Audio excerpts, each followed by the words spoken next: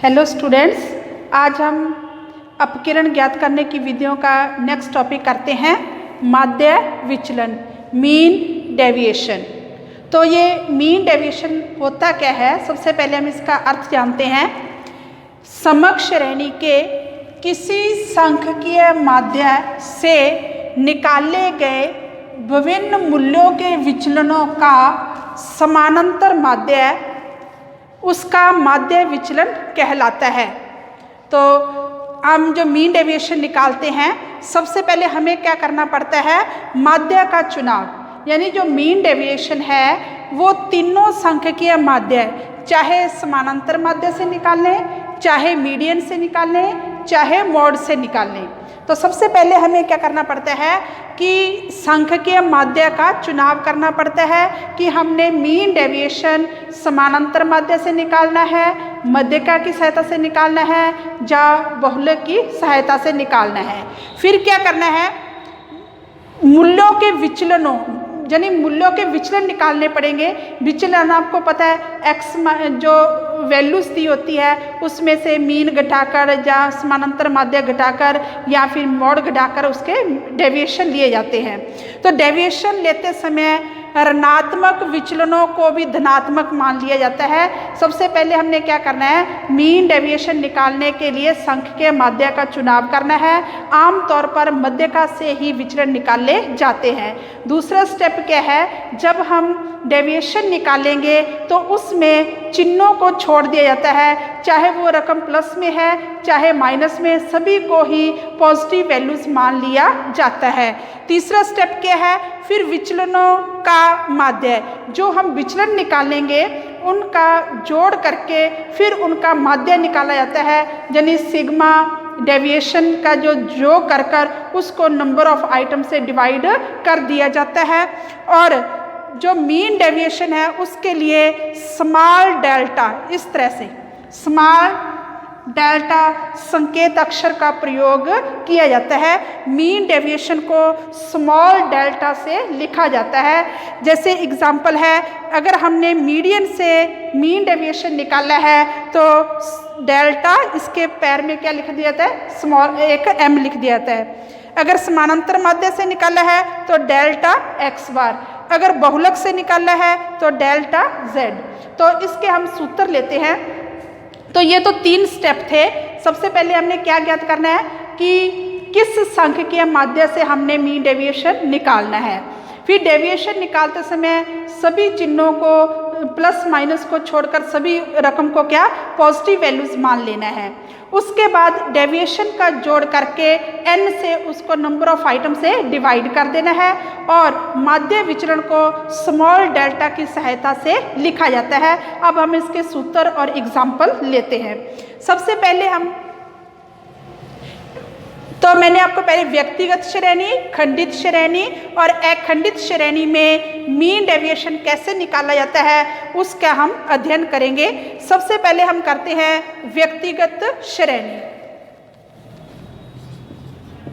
Individual series, व्यक्तिगत श्रेणी। इसमें 2 विधियां हैं। एक तो है डायरेक्ट मेथड, प्रत्यक्ष रीति, और दूसरी है शॉर्टकट मेथड, लघु रीति। सबसे पहले हम करते हैं प्रत्यक्ष रीति। प्रत्यक्ष रीति में माध्य विचलन कैसे निकाला जाता है, सबसे पहले हम करते हैं मध्यिका से माध्य विचलन। इसका सूत्र क्या होगा, डेल्टा एम। ये माध्य विचलन हो गया और हमने मध्यिका से निकाला है। सिग्मा डी एम बटे एन। ठीक है। अगर हम समानांतर माध्य से निकालते हैं, समानांतर माध्य से माध्य विचलन, तो उसका सूत्र क्या होगा, सिग्मा एक्स बार, क्योंकि हमने समानांतर माध्य से माध्य विचलन निकालना है। सिग्मा डी एक्स बार समानांतर रेखा में लेना है। इन दोनों समानांतर रेखाओं का मतलब क्या है कि हमने डेविएशन निकालते समय सभी चिन्हों को धनात्मक मान लिया है, प्लस और माइनस चिन्हों को छोड़ दिया है बटे n। इसी प्रकार बहुलक से माध्य विचलन कैसे निकलेगा? Sigma z is equal to sigma D Z upon n। तो ये इसके सूत्र है। ये तो है माध्य विचलन।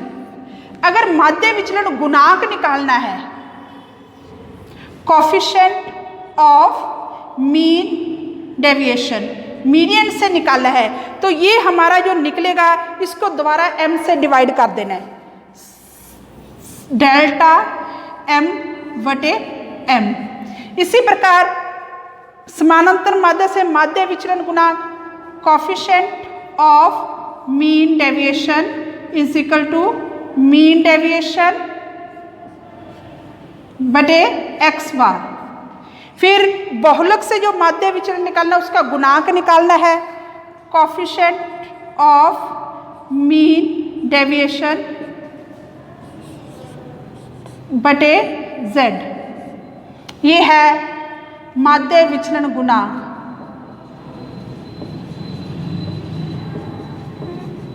विचलन गुणांक। तो ये आपके सूत्र है। व्यक्तिगत श्रेणी में प्रत्यक्ष रीति द्वारा माध्य विचलन और माध्य विचलन गुणांक कैसे निकाला जाता है? तो सबसे पहले अगर हमने मध्यका से माध्य विचलन निकालना है तो उसका होगा sigma m is equal to summation of deviation upon n। इसी प्रकार इसका अगर कोफिशिएंट ऑफ मीन डेविएशन निकालना है, माध्य विचलन गुणांक, तो जो हमारा माध्य विचलन आया है अगर हमने मध्यका से निकाला है तो उसको मध्यका से डिवाइड कर देना है। इसी प्रकार समानांतर माध्य से माध्य विचलन, ये इसका सूत्र है। अगर कोफिशिएंट ऑफ मीन डेविएशन निकालना है तो जो माध्य विचलन है उसको x से डिवाइड कर देना है। इसी प्रकार बहुलक से माध्य विचलन sigma z summation of deviation upon n, और कोफिशिएंट कैसे निकलेगा? जो हमारा मीन डेविएशन है उसको z से डिवाइड कर लेते हैं। तो आमतौर पर हम मीडियन या मीन से ही मीन डेविएशन निकालेंगे। तो इसका एक एग्जाम्पल लेते हैं। तो ये आप प्रत्यक्ष रीति के जो सूत्र है वो नोट कर सकते हैं। लघु रीति हम बाद में करेंगे, पहले हम प्रत्यक्ष रीति का जो है एग्जाम्पल लेते हैं।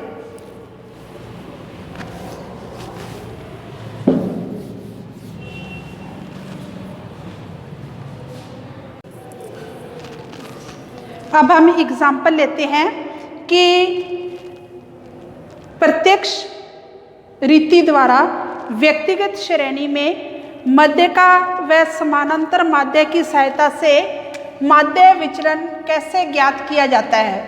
तो ये एग्जाम्पल दिया गया है। ये 9 विद्यार्थियों का भार दिया गया है। तो इनको सबसे पहले हम क्या करना है, क्रमांक 1 2 3 4 5 6 n कितना है 9। फिर इसको हमने आरोही क्रम में लिखना है। तो जैसे 47 50 58 45 इनको आरोही क्रम में लिखा, तो 45 47 इस तरह से हमने लिख लिया। अब निकालना क्या है, मध्यका व समानांतर माध्य से माध्य विचलन। तो एक मध्यका से निकालेंगे और एक माध्य से। सबसे पहले हम मध्यका से माध्य विचलन व माध्य विचलन गुणांक निकालते हैं। तो मैंने अभी आपको सूत्र बताए थे। सबसे पहले हमें क्या चाहिए कि मध्यका यानी मीडियन कैसे निकलेगा।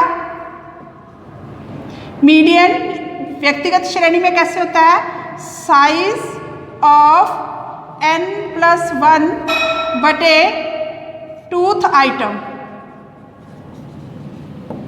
क्या आ गया, साइज ऑफ n कितना है 9, 9+1 बटे 2 यानी कितना आ गया 10/2 फिफ्थ आइटम। और फिफ्थ आइटम इसमें देखेंगे पांचवी आइटम का साइज कितना है 50, तो मीडियन हमारा कितना आ गया, अतः m बराबर 50। तो अब हम विचलन निकालेंगे, यहाँ पे हमने 50 लिख लिया, तो कैसे निकलेगा डेविएशन कैसे निकालेंगे, x माइनस m। तो ये जो भार दिए गए ये x के मूल्य हैं और m हमारा है 50, तो 45 माइनस 50 तो कितना आ गया 5। हालांकि ये -5 आएगा, लेकिन ये दोनों समानांतर रेखाएं हमें क्या बताती हैं कि विचलन निकालते समय हमने चिन्हों को छोड़ देना है।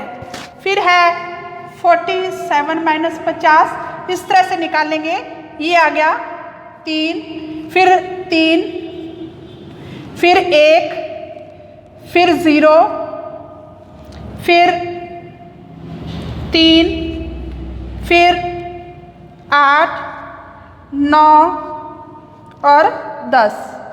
ठीक है, अब इसका अगर हम जोड़ करते हैं 5, 3, 3, 1, 0, 3, 8, 9, 10, तो इसका क्या आ गया, सिग्मा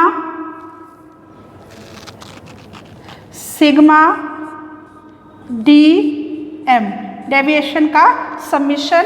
अगर इसका हम टोटल करते हैं तो वो हमारा आ जाता है 42। ठीक है, अब हम सूत्र लगाएंगे, माध्य विचलन कैसे निकलेगा, is equal to summation DM upon n। तो n हमारा अब इसमें पुट कर देंगे, सिग्मा DM कितना है 42 और n कितना है 9, तो इसको अगर हमने डिवाइड किया तो ये आ गया हमारा 4.67। ये तो हमने निकाला माध्य विचलन। अब माध्य विचलन का कोएफिशिएंट ऑफ मीन डेविएशन, तो मैंने आपको बताया था जो मीन डेविएशन निकाला है, अगर मीडियन से निकाला है तो उसको मीडियन से ही डिवाइड कर देना है, मीन डेविएशन अपॉन मीडियन। तो मीन डेविएशन हमारा कितना आया 4.67 अपॉन मीडियन हमारा कितना है 50, तो इसको 50 से डिवाइड अगर हम करेंगे तो ये आ जाएगा हमारा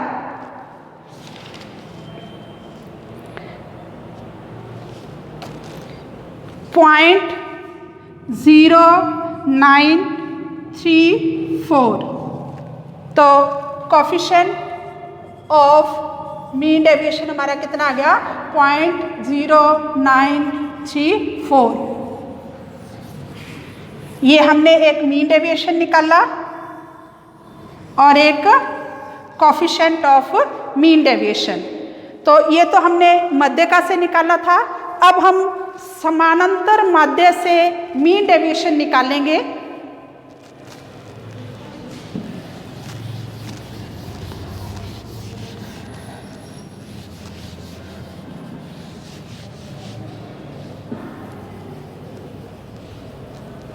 यहाँ क्या लिखेंगे, समानांतर